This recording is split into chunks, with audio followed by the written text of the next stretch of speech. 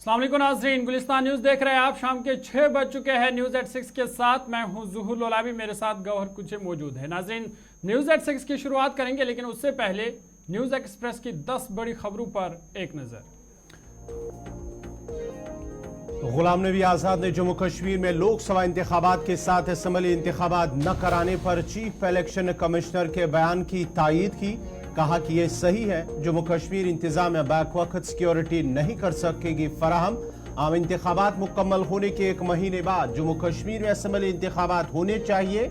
जम्मू कश्मीर में पिछले 10 सालों से असम्बली इलेक्शन नहीं हुए।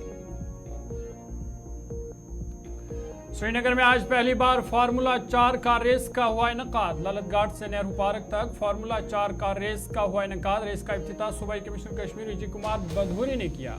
रेस में मारूफ फार्मूला ड्राइवरों और शायकीन ने बढ़ चढ़ कर लिया हिस्सा। डिविजनल कमिश्नर कश्मीर विजय कुमार बधूरी ने कहा, ये मौका कश्मीर के खेलों से मोहब्बत करने वालों के लिए ऑप्शंस का मैदान खोलेगा। वादी के शायकीन के लिए कैरियर के एक नए ऑप्शन का होगा आगाज। एडवेंचर टूरिज्म को फरोग देना है मकसद। जम्मू कश्मीर बीजेपी के सदर रविंदर रैना ने की प्रेस कॉन्फ्रेंस। कहा, पहाड़ी तबके से वाबस्ता लोगों के साथ मोदी सरकार ने किया इंसाफ। उनको एसटी कोटे में किया गया शामिल। गुजर बकरवाल तबके से वाबस्ता लोगों के एसटी कोटे के साथ नहीं हुई कोई छेड़छाड़। कोई सियासी जमातें इन लोगों को कर रही थी गुमराह। रैना बोले, कांग्रेस, पीडीपी और नेशनल कॉन्फ्रेंस ने अपने दौरे हुकूमत में पहाड़ियों और गुजर बकरवाल लोगों के साथ नाइंसाफी की। मोदी हुकूमत में सबको इंसाफ मिला। साबिक डिप्टी मेयर परवेज कादरी ने नेशनल कॉन्फ्रेंस के बुनियादी रुकनियत से दिया इस्तीफा। कहा, 1998 से नेशनल कॉन्फ्रेंस पार्टी से था वाबस्ता। 25 साल के बाद अब नेशनल कॉन्फ्रेंस को कहा अलविदा। 25 साल में पार्टी के लिए दी कुर्बानी, जेल भी गया। परवेज कादरी बोले, जाती वजूहात की बिना पर नेशनल कॉन्फ्रेंस से हो रहा हूं अलग। अपने लोगों से मुशावरत के बाद आगे का लाहे अमल करूंगा तय।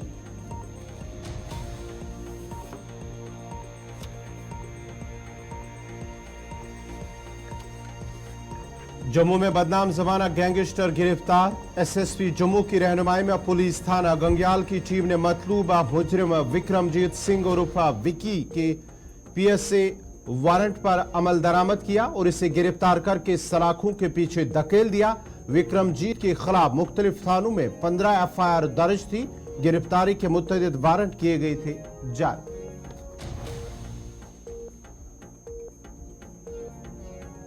अरविंद केजरीवाल की मुश्किलात में फिर से इजाफा। ईडी ने दिल्ली आबकारी मामले में केजरीवाल को भेजा नवा समन। 21 मार्च को ईडी के सामने पेश होने की हिदायत। दिल्ली जल बोर्ड मामले में भी ईडी ने 18 मार्च को किया है तलब। गुज़िश्ता समन पर हाजिर न होने पर दिल्ली की एक अदालत से अरविंद केजरीवाल को मिली थी जमानत। मरहूम पंजाबी गुलकार सिद्धू मूसेवाला के घर में एक बार फिर कलाकारी गूंजने लगी। सिद्धू के वालिदा चरण कौर ने 58 साल की उम्र में दूसरे बेटे को दिया जन्म। सिद्धू के वालिदा बिलकौर सिद्धू ने सोशल मीडिया पर तस्वीर की शेयर। सिद्धू मूसेवाला का 2 साल कबल हुआ था इंतकाल। अपने वालिद के इकलौते बेटे थे सिद्धू। गुजरात के अहमदाबाद यूनिवर्सिटी में नमाज तरावी पढ़ने के दौरान गैर मुल्की तलबा पर हमले का एक बड़ा संगीन मामला आया पेश। अफ्रीका, उज़्बेकिस्तान, तंजानिया और अफगानिस्तान समेत कई ममालिक के 1 दर्जन से ज्यादा तलबा तरावी की नमाज पढ़ रहे थे। हिंदू तंजीमों से वाबस्ता अफराद ने जय श्री राम के नारे लगाए। तलबा में हुई मारपीट।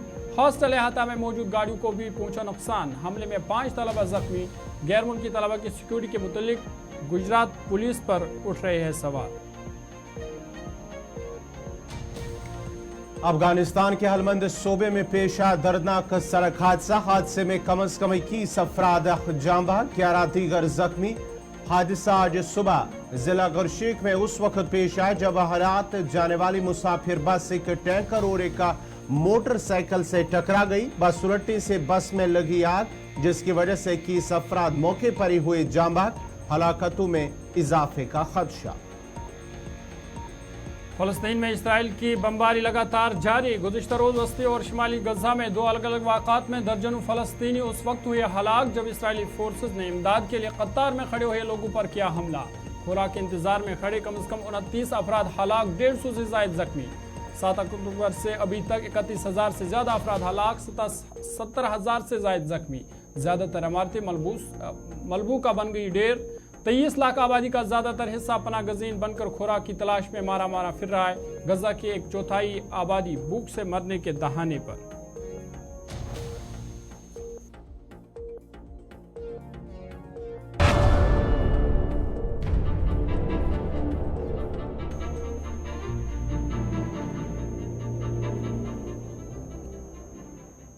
चलिए नाज़रीन, बढ़ते आगे। बात है जरा बड़ी खबर इस वक्त जो आ रही है। मुंबई में कांग्रेस पार्टी की एक अहम रैली, और ये रैली कांग्रेस लीडर राहुल गांधी की जानिब से जो न्याय यात्रा शुरू की गई है, न्याय यात्रा के आखिरी दिन के सिलसिले में ये रैली का इनेकाद किया जा रहा है। इंडिया इत्तेहाद के कई लीडरान इस रैली में शिरकत करेंगे। फारूक अब्दुल्ला, महबूबा मुफ्ती भी इस रैली में शिरकत करेंगी। स्टेज पर कांग्रेस लीडर राहुल गांधी की भारत जोड़ो न्याय यात्रा अपने आखिरी मरहले में है, और इस मौके पर महाराष्ट्र के दारुल हुकूमत मुंबई में कांग्रेस पार्टी की जानिब से एक मेगा रैली का इनेकाद किया गया है, जिसमें इंडिया इत्तेहाद से वाबस्ता कई बड़ी शख्सियत शिरकत कर रही है। शाम 7 बजे रैली शुरू होगी, और उसके साथ साथ ही नेशनल कॉन्फ्रेंस के सरबरा डॉक्टर फारूक अब्दुल्ला भी इसमें शिरकत करेंगे। महबूबा मुफ्ती और दीगर जो इंडिया इत्तेहाद के लीडरान हैं वो भी इस रैली का हिस्सा बनेंगे। रैली से पहले डॉक्टर फारूक अब्दुल्ला का बड़ा बयान। डॉक्टर फारूक अब्दुल्ला ने कहा कि राहुल गांधी ने पहले शुमाल से जुनूब का सफर किया और बर्फबारी के बीच वो कश्मीर पहुंचे, और अब मशरिक से मगरिब का सफर किया। उन्होंने कहा कि वो मुल्क को मुत्तहिद करने और मजबूत करने की कोशिश कर रहे हैं। बता दें कि 7 बजे ये रैली शुरू होगी, जिसमें इंडिया इत्तेहाद के सरकर्दा लीडर शुरू होंगे, और इसी रैली के साथ ही भारत जोड़ो न्याय यात्रा का इख्तिताम होगा।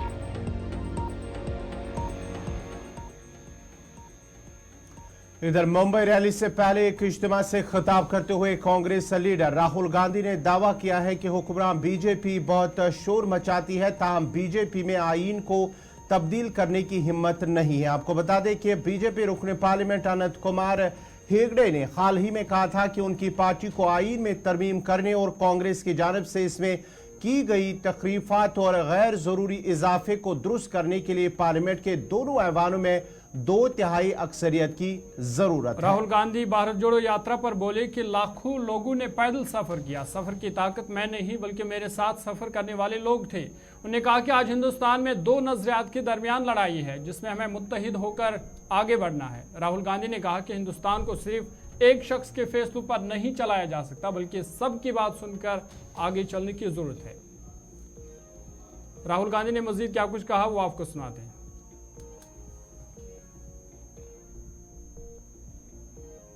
कोई जरूरत नहीं है। ये आप मत सोचिए कि बीजेपी आ गई कॉन्स्टिट्यूशन को खत्म कर देंगे, ये कर देंगे, कुछ नहीं, इनमें इतना दम नहीं है, ये नहीं कर सकते। ये इन्होंने मीडिया को कैप्चर कर रखा है, ये आवाज बहुत करते हैं, मगर सच्चाई और हिंदुस्तान हमारे साइड है। ये राहुल गांधी नहीं है, ये हिंदुस्तान में करोड़ों लोगों की फीलिंग है। उनमें से मैं एक हूं, और आप मेरे ऊपर फोकस कर देते हैं। बट भारत जोड़ो यात्रा में मैंने अपनी आंखों से देखा, मैं अकेला नहीं चल रहा था, लाखों लोग चले थे मेरे साथ। और एक्चुअली भारत जोड़ो यात्रा की स्ट्रेंथ राहुल गांधी नहीं था, भारत जोड़ो यात्रा की स्ट्रेंथ वो बाकी लोग थे। तो उन पे भी फोकस होना चाहिए। लड़ना हमें एक साथ है, और ये हिंदुस्तान के 2 एक्सप्रेशंस के बीच में लड़ाई है। ये राहुल गांधी, मोदी, बीजेपी, कांग्रेस के बीच में लड़ाई नहीं है। हिंदुस्तान के नेचर के अंदर 2 आत्माएं हैं, और ये उन दोनों आत्माओं के बीच में लड़ाई है। एक आत्मा कहती है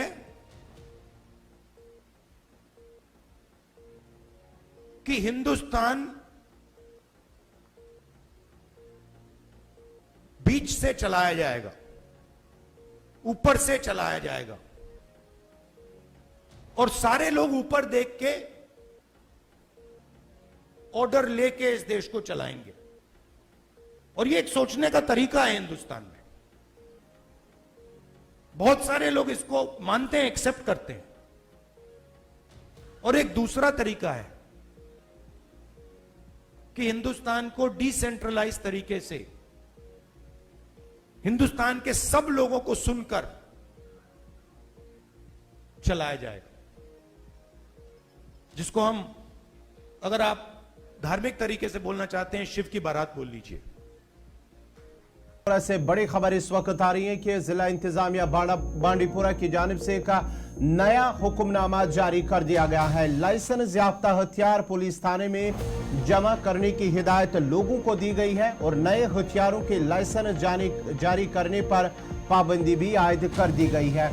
प्रिंटिंग प्रेस पब्लिशर्स के नाम जाहिर करे, इस सिलसिले में भी बाज़ाब्ता तौर पर जिला इंतजामिया बांडीपुरा की जानिब से हुक्मनामा जारी कर दिया गया है। लोकसभा इंतखाबात के शेड्यूल के ऐलान के बाद बांडीपुरा की जिला इंतजामिया ने तमाम आम शहरियों और एहलकारों जिनके पास असला लाइसेंस है को हिदायत जारी कर दी गई है कि वो 7 दिनों के अंदर अपने हथियारों और गोला बारूद मुतलका पुलिस थानों में जमा कराए। जिला इलेक्शन अफसर और जिला मजिस्ट्रेट बांडीपुरा शकील रहमान ने यह भी जरूरी करार दिया है कि जिला में काम करने वाले तमाम प्रिंटिंग प्रेस किसी भी इंतखाबी पम्फलेट या पोस्टर्स पर प्रिंटर और पब्लिशर के नाम और पते वाज़ह तौर पर जाहिर करें।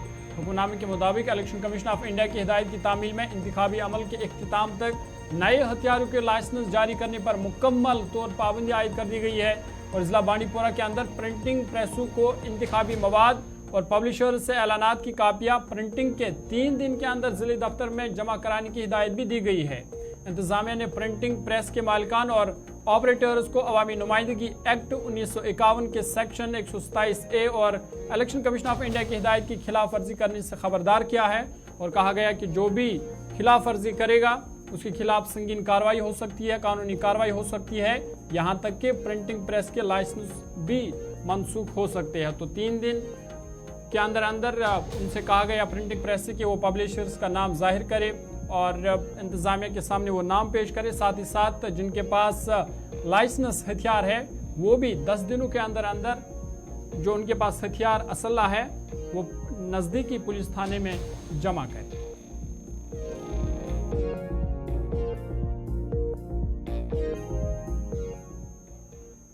बढ़ते आगे बात जरा सियासत की भी करते हैं। डेमोक्रेटिक प्रोग्रेसिव आज़ाद पार्टी के सरबरा गुलाम नबी आज़ाद की जानिब से एक बयान सामने आया है। जम्मू कश्मीर में असम्बली इंतखाबात का मामला और जहां पर इलेक्शन कमिश्नर की जानिब से कल एक प्रेस कॉन्फ्रेंस के दौरान सिर्फ लोकसभा इंतखाबात का ऐलान किया गया है, वहीं पर गुलाम नबी आज़ाद ने चीफ इलेक्शन कमिश्नर के फैसले की तायीद की है। आम इंतखाबात के 1 महीने बाद असम्बली इंतखाबात कराए जाए।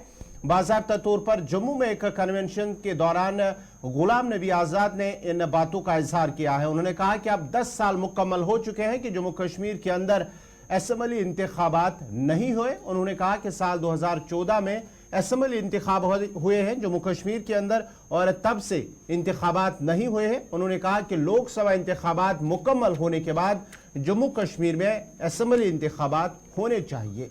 एक तरफ से गुलाम नबी आज़ाद ने जहां चीफ इलेक्शन कमीशन के बयान की तायीद की और कहा कि बैक वक्त जम्मू कश्मीर में अगर इंतखाबात होते हैं तो उसके लिए सिक्योरिटी फराहम करना मुश्किल है, वहीं दूसरी तरफ उन्होंने जोर दिया कि आम इंतखाबात के मुकम्मल होने के 1 महीने के बाद जल्द ही फिर जम्मू कश्मीर में असम्बली इंतखाबात मुनक़्क़द होने चाहिए। साथ ही उन्होंने कहा कि तब तक 10 साल मुकम्मल हो जाएंगे और उन्होंने कहा कि ये एक तरह के जम्मू कश्मीर के लोगों का या यहाँ की जो सियासी लीडर है उनका एक किस्म का ये बंदोबस्त मुकम्मल हो जाएगा, क्योंकि जम्मू कश्मीर में पिछले 10 सालों से असम्बली इलेक्शन नहीं हुए। गुलाम नबी आज़ाद ने मज़ीद क्या कुछ कहा, आपको सुना दें।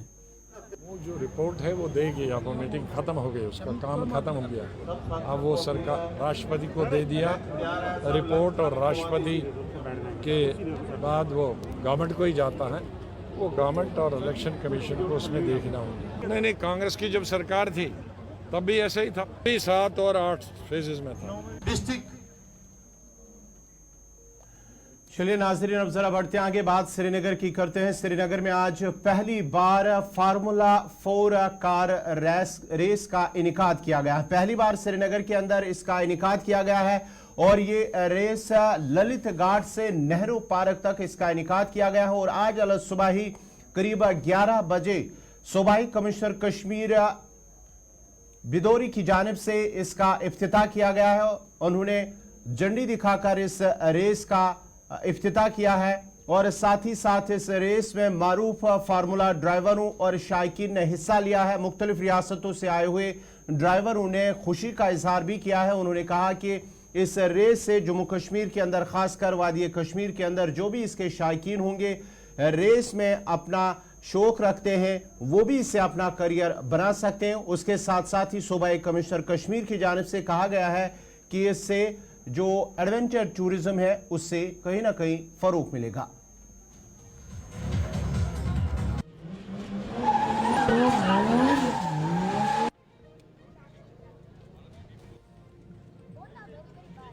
हाँ जी, मैं श्रेया लोहिया हूँ। मैं 15 साल की हूँ और मैं हिमाचल प्रदेश से हूँ। मैं ये गाड़ी दूसरी बार चला रही हूँ, तो मेरे लिए काफ़ी नया एक्सपीरियंस है अभी भी। पर मैं बहुत मेहनत कर रही हूँ और देख रही हूँ जैसे जाएगा और इससे और वुमेन भी मोटर स्पोर्ट में आते रहेंगे होपफुली। मुझे लगता है इंडिया के कोई भी कोने में बहुत स्कोप है वुमेन के लिए, स्पोर्ट्स में, मेन के लिए भी। मोटर स्पोर्ट्स में स्कोप है definitely. I think just support चाहिए फैमिली से एंड दूसरे कंपनी से, स्पॉन्सर से। तो आई डोंट थिंक ऐसे नामुमकिन टाइप की चीज़ है। आई थिंक वुमेन डेफिनेटली आ सकता है, मैन भी आ सकता है। आई थिंक कश्मीर से हम बहुत अच्छे रेसिंग ड्राइवर्स भी देख सकते हैं फ्यूचर में।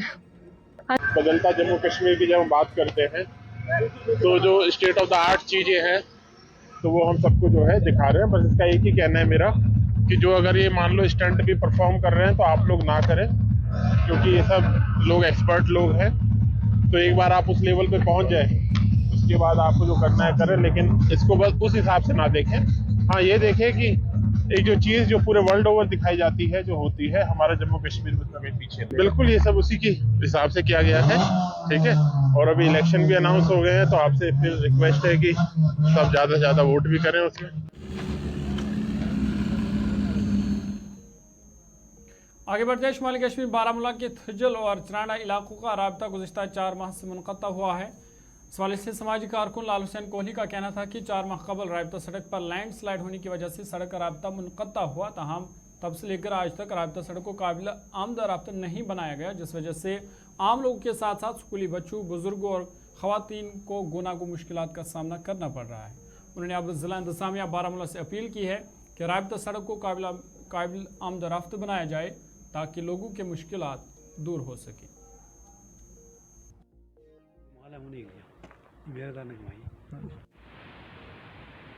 मैं आपको बताता चलूं कि थाजल से चिरुंडा आने वाली राब्ता सड़क अरसा 4 महीने से बंद पड़ी हुई है। चिरुंडा और बाटग्रा 2 गांव के लोगों को गूनागूं मुश्किलात का सामना करना पड़ रहा है। बीमारों को कंधों या फिर चारपाई पर उठाकर उड़ी SDH अस्पताल तक पैदल सफर करना पड़ता है। चिरुंडा और बाटग्रा 2 गांव के तुलबा व तालिबात को 20 किलोमीटर पैदल चलकर तालीम हासिल करने के लिए उड़ी स्कूल जाना पड़ता है।